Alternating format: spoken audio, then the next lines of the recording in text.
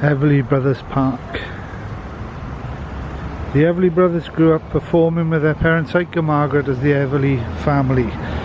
In 1953 they moved from Iowa to Knoxville to perform on WROL radio. The family lived near this park in the Bearden community, and the boys attended West High School. We'll just go round to there now, just show what it is. Acting on advice from Chet Atkins, a family friend, they left for Nashville after Don's graduation in 1955. That's pretty cool though.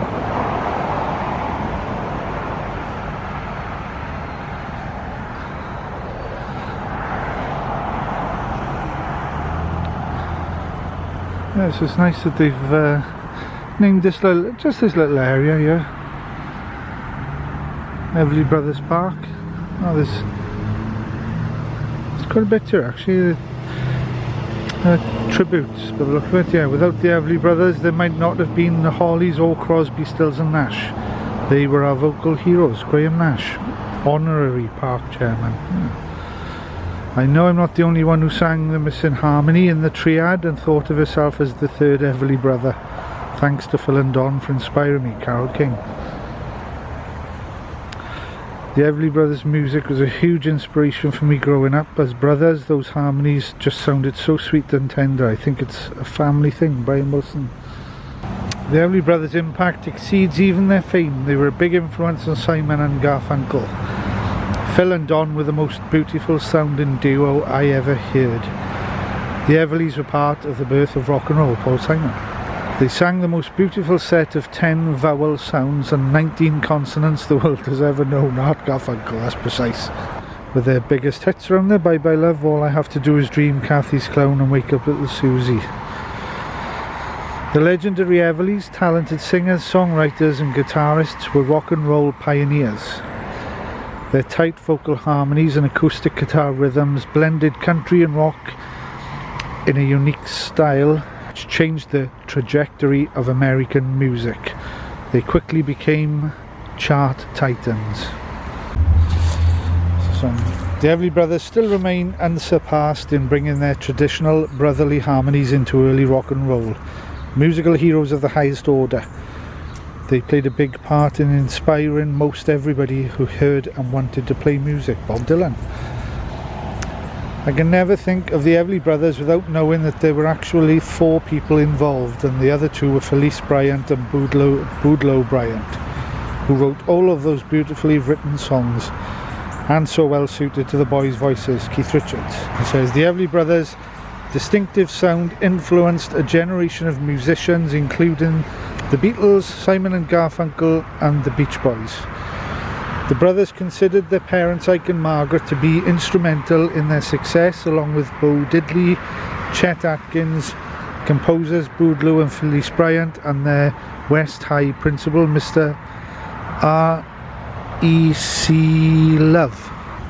Phil Everly was one of my great heroes, and with his brother Don they were one of the major influences on the Beatles. When John and I first started to write songs, I was Phil and he was Don.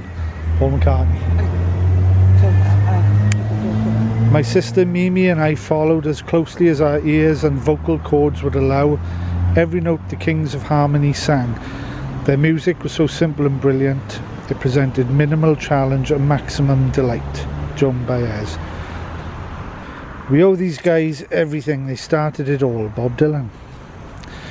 As the Everly Brothers occupy a special place in rock and roll history. They sold over 40 million records, had 53 Billboard Top 100 singles, and were inducted into the Rock and Roll Hall of Fame, the Country Music Hall of Fame, and the Vocal Groups Hall of Fame. I was taken by the sound of the Everly Brothers from my early teens. I was so fortunate to tour with them from the reunion concert on for 26 years. A dream gig for which I am truly grateful. Albert Lee. The Everly Brothers' harmonies and rockabilly swagger were pure magic and still are even to this day. Kathy's Clown in itself is a music lesson in harmony singing. Nancy Wilson. The Everly Brothers gave us the beauty and power of their family blend. They were the very best. Ann Wilson. The Everleys made timeless records with the best harmonies. They were a huge inspiration to me and so many others. Elton John and, of course, Dolly Parton. After Dolly Parton, this part of the world. Beautiful people, beautiful to look at, and the most beautiful harmonies in the history of the music business. To the Everly Brothers I say, I will always love you. Dolly Parton. Yeah, so it's nice that they've put this park in recognition. Somebody's left pizza boxes on here though. The Everly Brothers Park honouring Phil and Don Everly. The City of Knoxville Department of Parks and Recreation and members of the Baden Village Council are grateful for the contributions and support from Everly family members Don Everly, Margaret Everly, Patty Everly and Venetia Ember Everly.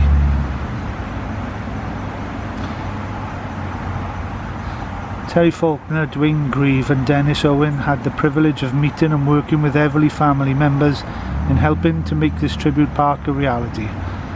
Well done to those guys. Yeah, so it's a nice park. They said the Everly family were on the WROL from 53 to sometime in 55 when they were, should we say, released by Cass Walker, the head of that radio station, as the Everleys were getting a little too uncountry for the station. Of course, they were starting to get influenced by Bo Diddley and they cheered Elvis on the radio, and that was the direction they were going in, and they were letting the hair grow, so they were let go.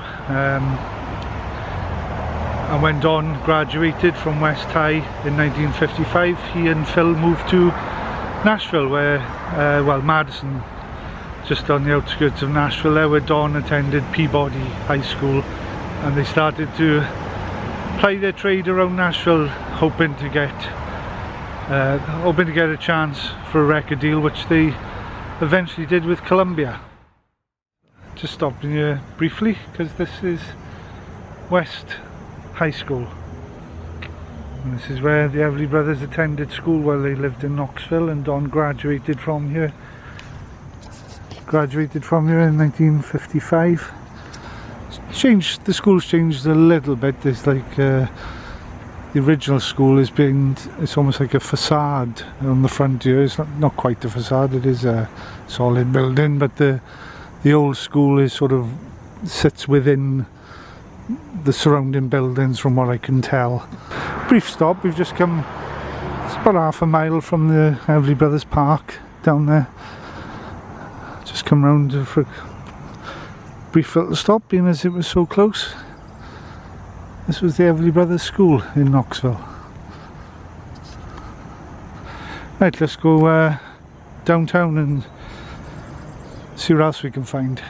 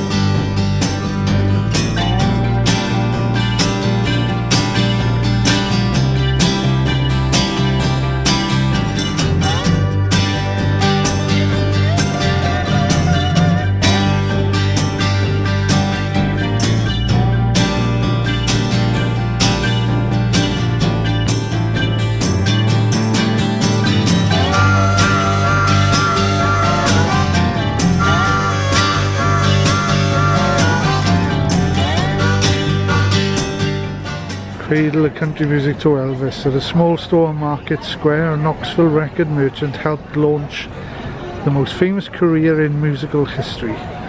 Sam Morrison of Bell Sales Company chose to promote Elvis Presley's That's Alright Mama by playing it on loudspeakers to the public on the square. He was astonished to sell copies by the hundreds to people of all ages, including 2 copies to an RCA talent scout in the area searching for local country music talent. The scout sent a copy of the record to his boss in New York. Several months later, RCA bought Elvis's contract with Sun Studios in Memphis. I think that last bit might be more hearsay than factual, maybe. I don't know, but I don't think RCA were that keen that early in Elvis's career to sign him. Here's the boys you're looking for. The Everleys. In the 50s, this building was home to WROL Studios. The Everly brothers performed here until they left the station in a dispute with Cass Walker, the station's famed promoter and show host. After leaving WROL, Phil and Don Everly were invited to Nashville by another former Knoxvillian, Chet Atkins. By 1958, the Everly brothers, famed for their sibling harmonics, had risen to the top of the country and pop charts with such hits as Bye Bye Love, Wake Up Little Susie and All I Have to Do Is Dream. The Everly brothers were inducted to the Rock and Roll Hall of Fame in 1986.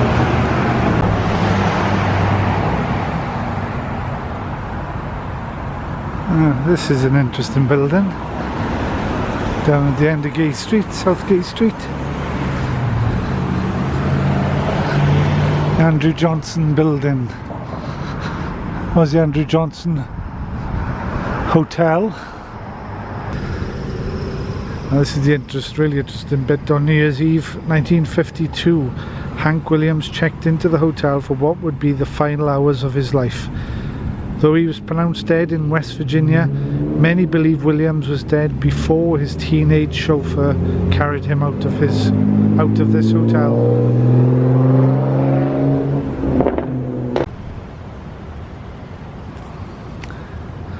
So this is at the end of South Gay Street. Blount Mansion. I don't know what the house next to it is, if it's the same one. Built in 1792, this was one of the first frame houses west of the Alleghenies. It served as both the residence of William Blount, governor of the territory south of the River Ohio, and as capital of that territory, now the state of Tennessee. Born in North Carolina, Blount was a delegate to the Constitutional Convention of 1787 and a signer of the Constitution of the United States. Cradle of country music.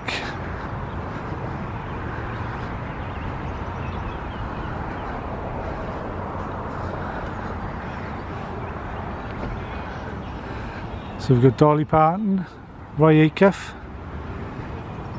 Don't know, that's Tennessee Ernie, what's his name, Tennessee Ernie Ford. I don't, yeah. Huh? Hank Williams. Where's Hank Wig? Oh, in the middle up the top, yeah, with the Everly brothers next to him. That's Uncle Dave Macon, left of Hank Williams. And I don't know who the top left are, the top right, don't know who they are. WNOX there, that's Earl Scruggs of the banjo, so I assume Lester Flatt is the one with the guitar. They were with Bill Monroe's Bluegrass Boys, but I don't see Bill Monroe in that picture.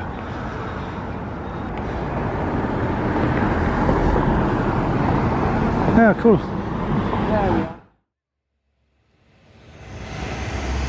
This is just an addendum to the Everly Brothers videos I've been shooting, because we're in Gatlinburg, and this is the Gatlinburg Inn where songwriters Felice and Bootloo